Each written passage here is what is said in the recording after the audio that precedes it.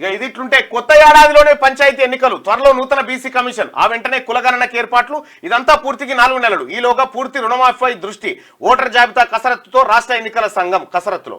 ఇక కొత్త ఏడాదిలోనే పంచాయతీ ఎప్పుడు పెడతారో అనవసరం. ఈ 42% రావాలి. జరిగిన తర్వాత లెక్క కులగణన జరగాలి, 42% రావాలి. రాష్ట్రంలో పంచాయతీ ఎన్నికలు కొత్త సంవత్సరంలో జరగనున్నాయి. జనవరిలో ఎన్నికలు జరుగుతాయని ప్రభుత్వ వర్గాల ద్వారా తెలుస్తోంది. దీనికి అవసరమైన అన్ని రకాల కసరత్తు జరుగుతుంది. రాష్ట్రంలో కులగణన పూర్తి చేసిన తర్వాతే పంచాయతీ ఎన్నికలకు నిర్వహిస్తామని సీఎం రేవంత్ రెడ్డి చెప్పిండట. ఇక అది చెప్తే మంచిదే, ఎందుకంటే మనం అనుకున్న దాని ప్రకారం. లేదు అని ఎక్కడైనా ప్రభావానికి లోనై లేకపోతే బీసీలకు అన్యాయం చేసేటువంటి కార్యక్రమం జరిగితే మాకెవరైనా ఒకటే. బీసీలకు 42% ఇవ్వాల్సిందే. స్థానిక ఎన్నికల్లో బీసీల స్థానిక ఎన్నికల్లో రిజర్వేషన్లు అమలు చేయాలి. ఎన్నికల కమిషన్ నిర్వహించిన అఖిలపక్ష సమావేశంలో బీఆర్ఎస్ బీజేపీ డిమాండ్ చేస్తా ఉన్నాయి. బీఆర్ఎస్ బీజేపీ ఈ మాట కట్టుబడి ఉండాలా. అధ్యక్షులు మాట్లాడాలి, కేసీఆర్ మాట్లాడాలి, అక్కడ కిషన్ రెడ్డి మాట్లాడాలి. కోటా ఖరారైన వెంటనే ఎన్నికలు పెడతాం. ఈసీ 6న పంచాయతీల్లో ఓటర్ల జాబితా విడుదల చేయబోతా ఉన్నారట. మీరు జాబితాలు విడుదల చేస్తాం, జర ముంగడి జరుగుతాం, ఇంకేదో చేస్తామంటే కూడా ఎవడు వినడు, ఏం కాదు. బరాబర్ కులగణన చేయాల్సిందే, 42% రిజర్వేషన్ ఇవ్వాల్సిందే. బీసీలు కాంగ్రెస్ పార్టీ కోటేసింది ఈ 2 అంశాలను చూసి. 1931లో ఆగిపోయినటువంటి కులాల గణన ఆ తర్వాత ప్రపంచ యుద్ధం కారణంగా ఆగిపోయింది. ఇక అప్పటి నుంచి కులగణన చేసినోడే లేడు.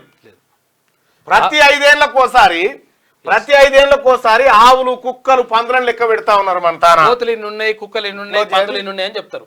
ఎక్కడికక్కడ అవి లెక్క పెడుతున్నారు మన తాన. కానీ ఈ జనాభా సంగతి ఏంటంటే మాత్రం సప్పుడు చేస్తలేరు. ఇన్ని రోజులు ఆ పరిస్థితి ఉండే, ఇక ఆ పరిస్థితి ఉండదు. ఎందుకంటే బీసీలకు జరుగుతున్నటువంటి అన్యాయం అంతా ఇంత కాదు, చాలా ఘోరమైనటువంటి అన్యాయం జరుగుతూ ఉంది. ఇగో గ్రూప్ 2 పోస్టులో కూడా బీసీల పరిస్థితిని మనం ఒకసారి చూస్తే, ఇగో ఈడబ్ల్యూఎస్ఓలకేమో ఈడబ్ల్యూఎస్ వాళ్ళు ఎంత శాతం ఉన్నారు, 3 లేదా 4% ఉన్న వాళ్ళకేమో 61 పోస్టులు వచ్చినాయి. ఈ ఏది బీసీబీ బీసీడి ఉన్నటువంటి 42 నుంచి 47% ఉన్నటువంటి ఈ 2 వర్గాలకు 83 పోస్టులు వచ్చినాయి. ఎంత అన్యాయం. ఇలా రావాల్సిన ఎంత యాక్చువల్గా ఈడబ్ల్యూఎస్ కోటా, జనరల్ కోటా నుంచి 10% తీస్తే వీళ్ళకి 30 రావాలి. 30 రావాల్సిన వాళ్ళకి 60 వచ్చినాయి. వీళ్ళకి రావాల్సిన ఎంత రావాలి, 42% రావాలి మినిమం. రాహుల్ గాంధీ గారి ఆలోచన ప్రకారం అయితే 42% రావాలి. ఇప్పుడు ఈ అన్ని భర్తీ చేసుకుంటూ పోతే మళ్ళీ 30 ఏళ్ల తర్వాత కదా ఈ ఉద్యోగాలు. అందుకోసమే వీటిని సవరించాలి. ముఖ్యమంత్రి రేవంత్ రెడ్డి గారిని ఆల్రెడీ మీ సెక్రటరీ గారు ఎవరైతే శేషాద్రి గారు ఉన్నారో ఆయనకు రిప్రజెంటేషన్ ఇచ్చి ఇగో దీన్ని సవరించండి, ఫస్ట్ లెక్క తేల్చి ఇవ్వండి, ఇది రూల్ ఆఫ్ రిజర్వేషన్ దెబ్బతింటా ఉంది, భారత రాజ్యాంగ మౌలిక సూత్రాలు ఏవైతే ఉన్నాయో మౌలిక సూత్రాలు ఏవైతే ఉన్నాయో అవి దెబ్బతింటా ఉన్నాయని చెప్తా ఉన్నాం. ఇది సవరించాల్సినటువంటి అవసరం ఉంది. బీసీ నిరుద్యోగులకు ముఖ్యంగా బీసీడి బీసీబీ గ్రూప్ లో ఉన్నటువంటి మెజారిటీ కులాలకు అన్యాయం జరుగుతూ ఉంది. ఇక్కడ ముదిరాజులు, పద్మశాలులు, గౌడులు, నాయబు ఎవరు ఆ తర్వాత వీళ్ళు యాదవ సోదరులు, కుర్మ వాళ్ళు, మున్నూరు కాపులు వీళ్ళందరికి కలిపి 83 పోస్టులు దొరికితే వాళ్ళ ఒక్కరికే 61. 4% లేని వాళ్ళకి 61, 47% ఉన్న వాళ్ళకి 83. ఇది ఎక్కడ అన్యాయమే?